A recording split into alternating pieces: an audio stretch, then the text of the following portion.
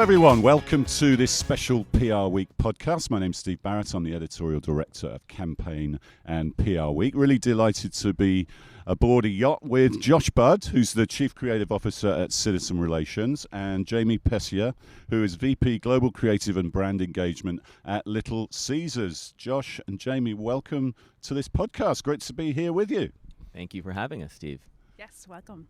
Now, we're going to talk about time to kill the precious big idea and make room for co-creation. Josh, are you dissing my colleague, David Ogilvy, advertising legend, creator of the big idea? Set this up for us. Set this topic up for us. No. Okay. With all due respect to David Ogilvy, I think that I'm going to put this to Jaime and I guess to you as well, Steve, that this notion of a big idea, while undeniable in the sense of telegraphing expectations, comes with a shadow side of a lot of pressure and perhaps does not set up the relationship for proper kind of collaboration. Coming from the agency side, I find when you brief in a big idea, the team kind of like, you can see like on their face, there's a bit of, oh my gosh, the expectations are quite high. They clear their evenings and weekends. They miss their grandmother's birthday. And then when they present the idea back, even to the internal agency, there's a protectiveness around the idea. And I think that protectiveness continues to kind of telegraph as we present it to a client. And then perhaps, and you'll tell me whether that continues on your side of town as you're passing it through from approvals on your side. So I want to propose that this notion of a big idea is actually potentially harmful to our collaborative process. And perhaps there's another way of thinking about it. Well, it's definitely an interesting thought, right? Because I agree with you that the pressure of a big idea can hinder creativity a lot of times. And so it's also an interesting thought now as we're moving into a bunch of different media, right? And not just a television big idea, how it can expand across the different executions. So it's really important, I think, to think about it as inspiring people versus shutting them down. And there is a time, I think, where a big idea, the notion and the language of a big idea can do that. Because we've all grown up, we've all watched Mad Men, we've all seen Don Draper in the room, haven't we? Comes up with his nugget of brilliance, and that's it, everything's solved. I doubt it was ever quite like that, but it's good drama. How does it work nowadays? I'm interested in Jamie's point there about the different media. Is this partly a function of the way you're communicating brand narratives now, that it's very different? It's not just print, TV, and a bit of radio. It's much more nuanced. You've got to be a bit more agile. You've got to be able to flip, and especially in a business like Little Caesars.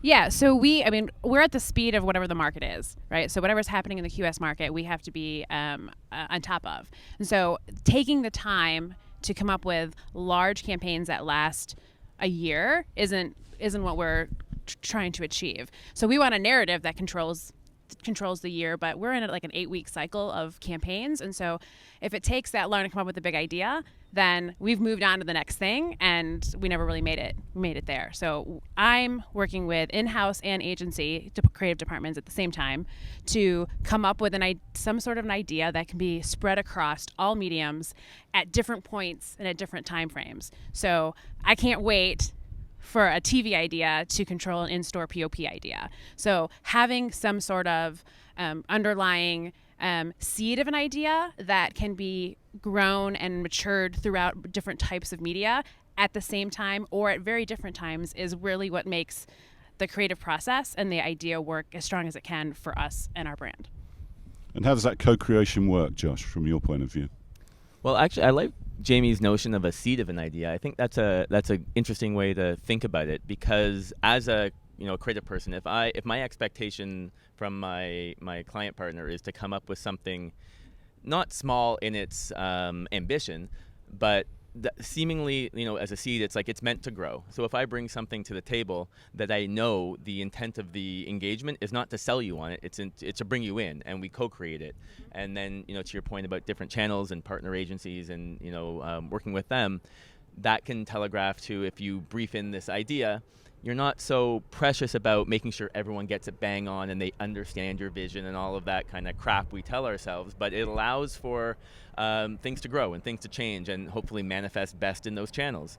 So if we bring that type of notion forward, to your point, what it looks like in-store versus on TV versus in social, it all comes from that same seed, but it can manifest in the best possible kind of creative execution for that channel, which seems a lot healthier and probably more efficient as well. Now, Josh, you're Chief Creative Officer at Citizen Relations, which historically is a PR agency. Now, that role wouldn't maybe even have existed maybe a decade or two ago. So, and you would have mainly been about earned media, but now the PR's gone way beyond that. Now you're probably doing loads of paid, especially digital stuff. So talk to us about that. What's the role of the Chief Creative Officer in that formerly traditional PR environment, and how has that changed? And maybe you've got that agility that comes with the PR mindset that is required for this new era of creativity. Well, I mean, you're bang on in the sense that this role did not exist 10 years ago or in our organization 3 years ago, to be perfectly honest. But, I mean, the writing is on the wall in terms of how ideas are starting to come to life. And, in my previous role, I was in a more traditional kind of creative-led agency. But all the briefs everyone was getting excited about, it wasn't the 30-second spot or kind of the big campaign as much as it was that kind of smaller, nimble, how do we break into culture, how do we, we've all used the term, how do we punch above our weight from a budget standpoint. And so, it became really, at the end of the day, these are PR briefs, these are earned first briefs. And at Citizen, it is a PR agency, I guess, by traditional definition, but I think that definition is being challenged each and every day, and we welcome that, to be honest, because it gives us more room to play, and it gives us more opportunity to impact the client's business. Yeah, and Jamie, from your point of view, we're in Cannes, we've got lots of different categories, awarded. Are those categories almost becoming a little bit redundant because everything is mixed up and integrated? And how does that impact the type of firms that you work with and what sort of input you need from your third-party partners? Right. I mean, there's definitely crossover in all of the awards and the work that's being done here, because one type of work influences another, and then to divide it all up into these categories sometimes can be a little limiting, I think. But when you're talking about the collaboration and the idea, we have not only internal agency, like I said, we have external advertising agency, we have a PR firm, we have global agencies all working towards a execution or an idea to globally launch a product from time to time. And so there's a lot of people at the table trying to make decisions and coming up with ideas. So the co-creation, I think, is really, really important because it helps us be able to maintain the brand in the right way. If we're all working towards making sure the brand is in the right light, in the right tone, we're hitting on the brief, and then it gives everybody an opportunity to kind of take their little bit of a spin and make sure something works in the U.S. versus Canada versus Mexico in the way it needs to in that culture. How do you make that co-creation work with the different agencies? Is it more useful to have them in the same holding company, or do you actually want that tension, maybe a little bit of edginess that might creep in? And how do you make that co-creation work without it getting without friction coming in and ruining the process? Yeah, I mean, we're not all in the same holding company. So there is a little bit of friction from time to time, but we've made sure that we are, especially with our media team and our agency, making sure that they are working collaboratively. There's an open door. They can talk to each other without getting us involved, right? So they need to come to us with ideas together versus separate. And that did take some time to make sure that relationship worked well. But I think we're in a pretty good groove now, and we're liking where that's going. Yeah, because you don't want to end up spending all your time managing the agency's relationships, do you? Right. And Josh, you probably have both examples where you're working with your holding company partners, but also where you're working with other agencies. How's the dynamic differ, or is it all about the people involved and just getting a good, productive, creative environment? Yeah, I mean, we run the gamut from working within our holdco, working outside our holdco, and working independently without any other agencies at the table. And not to put it all on you, Jamie, but it does kind of come down to the mandate the client sets and the tone they set. Some clients embrace the competitiveness, and that agencies will engage a certain way. And some clients are exactly the opposite. And they say, you are one team. I expect this from you. This is not about who wins and who loses. We win and lose together. And that sets a very different tone as well, right? Is there a right or wrong way, or can they both work? I don't know if we have the same answer to that. I definitely think there's a right and a wrong way. How about you? I want to inspire the teams to create the best work, and I think it really depends on who the team is. To your point, who's leading the charge, and how do you bring all those teams together? So I don't have a strong opinion on right or wrong way, to be honest, as long as I'm doing what I can as a client to make sure that I'm inspiring and bringing my part to the table, and giving the opportunity for everybody to create the best possible work.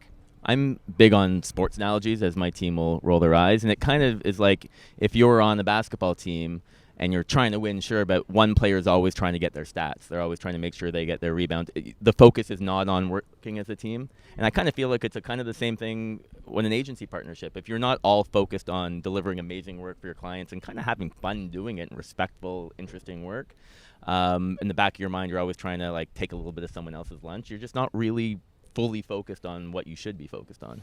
A good point. So I think what was really important in all that is trust, right? And trusting your partners that they're going to have your best interest in mind, that they're not going to start fighting for, their piece of the pie versus what the core of the idea is, and fighting for the best deliverables for their client. So I think you have to trust and like the people you're working with to make sure that relationship is really working the way it should.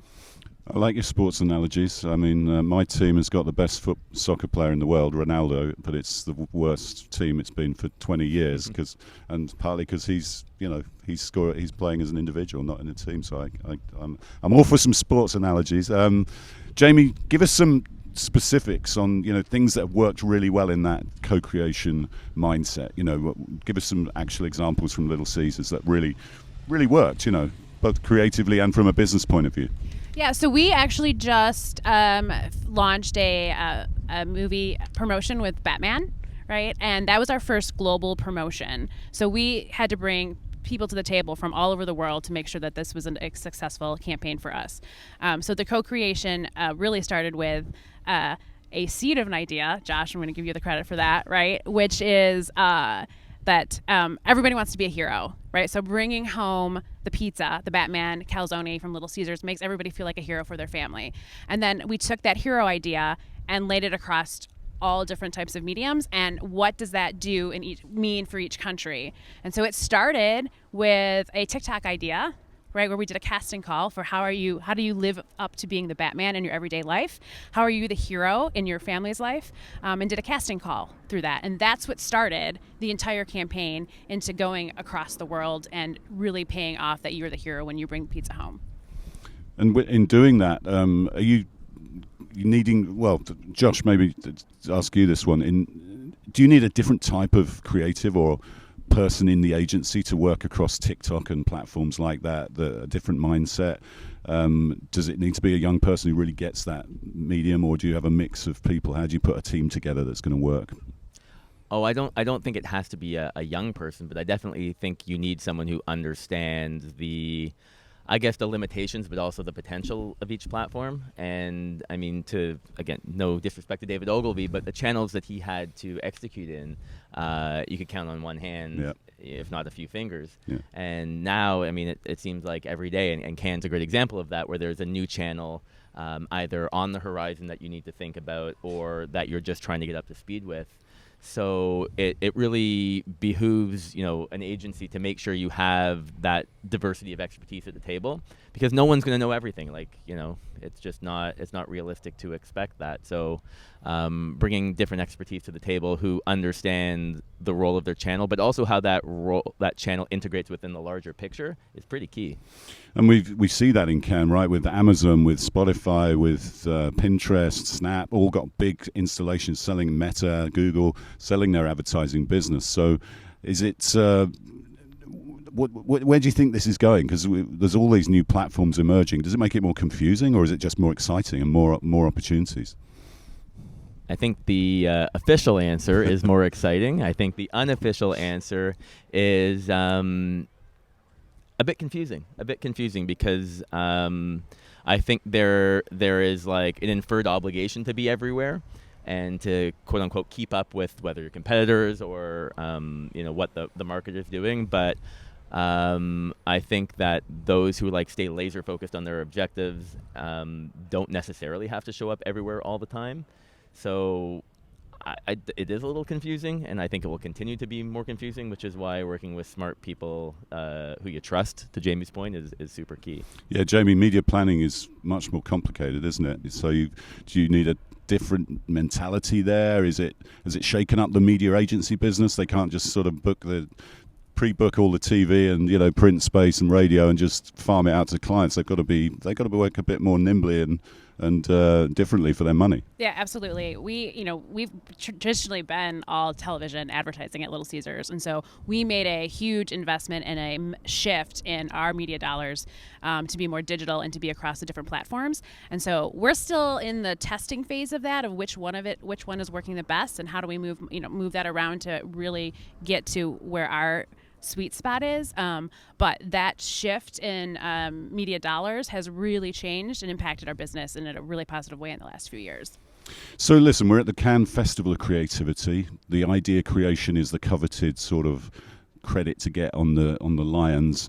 Why is Cannes important? Why is it important to be here? What have you seen? I know it's early-ish in the week, but have you seen anything so far? Any trends, or are you feeling inspired? I mean, you always go away pretty tired, but usually inspired. How are you viewing it, Jamie? Yeah, I mean, this is my first time here, and I think it's an amazing event. It's definitely, for me, it's been inspiration and picking up on a little bit of nuggets from every different presentation I hear or the creative I see, and how am I going to bring that back to the team and making sure that that I use that information to inspire them to create even better work.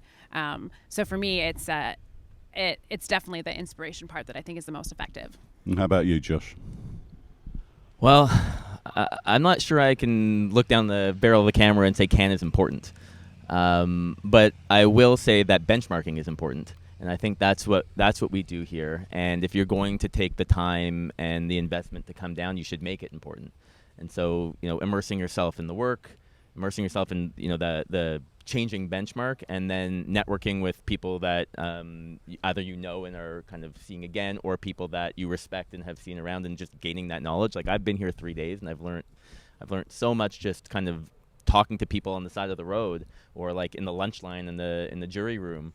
So I think that type of, like, especially coming out of the pandemic, that type of face-to-face organic interaction is important, and the chance to, at the end of the day, like, celebrate the time and effort. And, like, I made the joke before about, like, missing your Nana's birthday, but, like, there's a lot of that in this business. So the chance to celebrate what we do, despite the fact that there's a lot of other things going on in the world, I think is something that we do need to kind of celebrate while we're here. Yeah, that's a good point you made, Dan. Just to finish up, have we got a bit of a different mentality after the pandemic? We've heard about the Great Resignation. We know talent. It's always been a talent people business.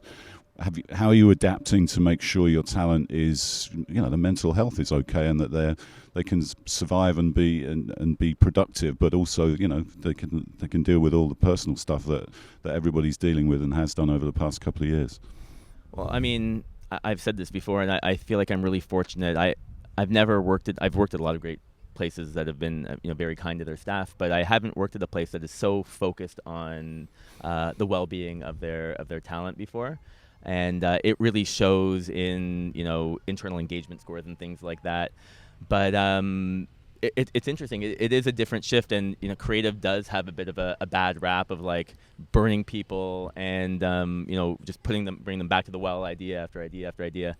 And that's certainly not the approach that we take. I mean, we have a standard, but we also understand that sometimes, like, really good is good enough.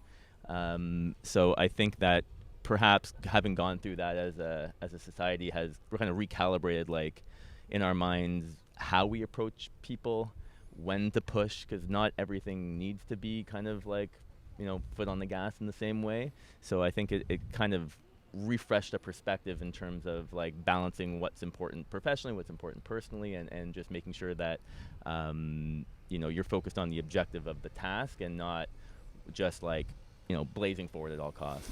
And Jamie, last word to you. You're in a fast-moving business. It's quick service. How do you make sure that it's sustainable for your teams and everybody involved? Yeah, I mean, it's really just taking care of your people, right, and making sure that you're supporting them in the best way, because the work moves fast and there's a lot of work coming through, and it's all right now. It's like all at the same time, right? And so, but it's important. It's important to the business. So I just make sure that I support them in the right way. We have conversations. We talk about things. My door is always open to them.